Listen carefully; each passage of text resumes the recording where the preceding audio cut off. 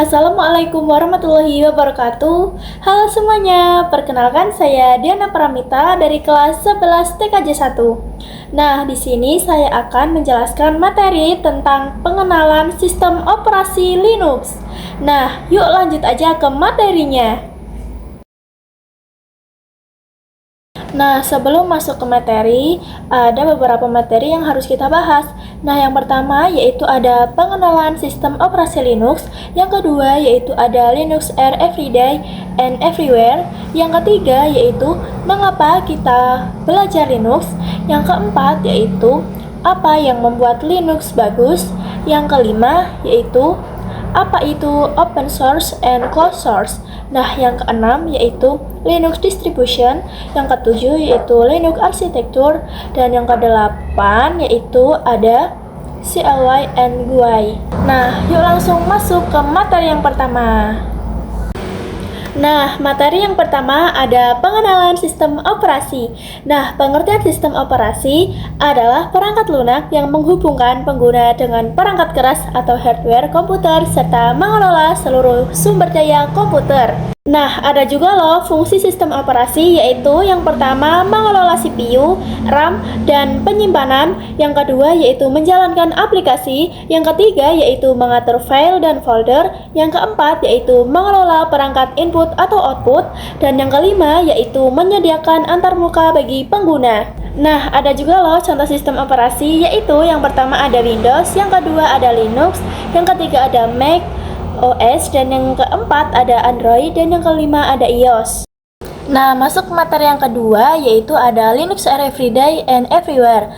Nah, Linux are everyday and everywhere berarti Linux ada di kehidupan sehari-hari dan digunakan di mana-mana. Meskipun banyak orang yang tidak menyadarinya, Linux menjadi sebagai sistem operasi yang menggunakan berbagai perangkat dan layanan yang kita gunakan setiap hari. Nah, Linux juga banyak digunakan hampir di semua bidang, antara lain ada di server website, cloud computing, smartphone Android, smart TV, router, dan perangkat jaringan, dan masih banyak lagi. Nah, karena banyak digunakan itu karena mempunyai alasan karena stabil, aman, gratis, dan pokoknya semuanya aman jika digunakan di dunia industri. Nah, masuk ke materi yang ketiga yaitu ada mengapa kita perlu belajar Linux. Nah, Linux perlu dipelajari karena merupakan salah satu sistem operasi yang paling banyak digunakan di dunia, terutama di bidang teknologi, informasi, jaringan, dan server. Nah, bagi siswa TKJ, menguasai Linux merupakan bekal paling penting untuk dunia kerja maupun pendidikan tujuan. Nah, alasan mempelajari Linux yaitu yang pertama banyak digunakan di perusahaan, yang kedua menjadi dasar administrasi server, yang ketiga digunakan pada bidang TKJ, cybersecurity, dan cloud computing. Nah, yang keempat yaitu gratis dan legal, dan yang kelima yaitu membantu memahami cara kerja sistem operasi. Nah, materi yang keempat yaitu ada apa yang membuat Linux bagus. Nah, Linux menjadi sistem operasi yang banyak digunakan karena memiliki berbagai keunggulan.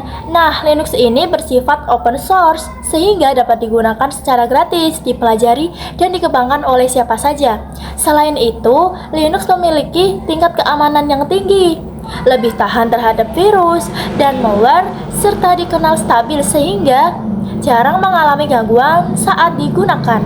Nah, Linux juga ringan sehingga dapat berjalan dengan baik pada komputer dengan spesifikasi rendah. Selain itu, Linux memiliki banyak pilihan distribusi yang dapat disesuaikan dengan kebutuhan pengguna, seperti Ubuntu, Debian, Fedora, dan Kali Linux. Nah, dukungan komunitas yang besar juga memudahkan pengguna untuk belajar, mencari solusi, dan mendapatkan pembaruan sistem. Nah, materi yang kelima yaitu apa itu open source dan closed source. Nah, open source adalah perangkat lunak yang kode source kodenya terbuka sehingga dapat dilihat, dipelajari, dimodifikasi, dan didistribusikan kembali oleh siapa saja sesuai dengan literasinya. Sistem ini memungkinkan pengembang dari seluruh dunia bekerja sama untuk mengembangkan dan meningkatkan kualitas perangkat Linux. Nah, contoh perangkat Linux open source yaitu ada Linux, Ubuntu, Debian, Mozilla Firefox, dan LibreOffice. Nah, closed source adalah perangkat Linux yang kode sumbernya atau source code-nya tidak dibuka untuk umum, sehingga pengguna tidak dapat melihat, mempelajari, atau memodifikasi kode program tersebut. Pengembangan dan pembaruan perangkat lunak hanya dilakukan oleh perusahaan atau pengembang resminya. Nah, contoh perangkat lunak closed source yaitu ada Microsoft Windows, Microsoft Office, Adobe Photoshop, COS dan iOS. Nah, materi yang keenam yaitu ada Linux Distribution.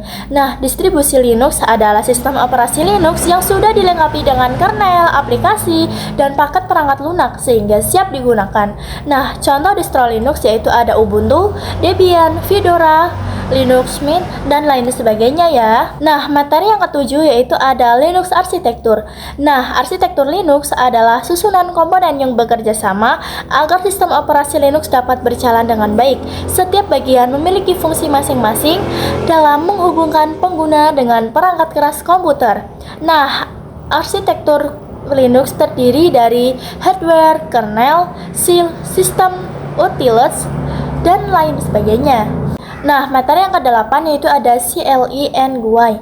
Nah, CLI atau Command Line Interface adalah antarmuka sistem operasi yang menggunakan perintah teks melalui terminal atau command prompt. Nah, pengguna harus mengetikkan perintah untuk menjalankan program atau mengelola sistem.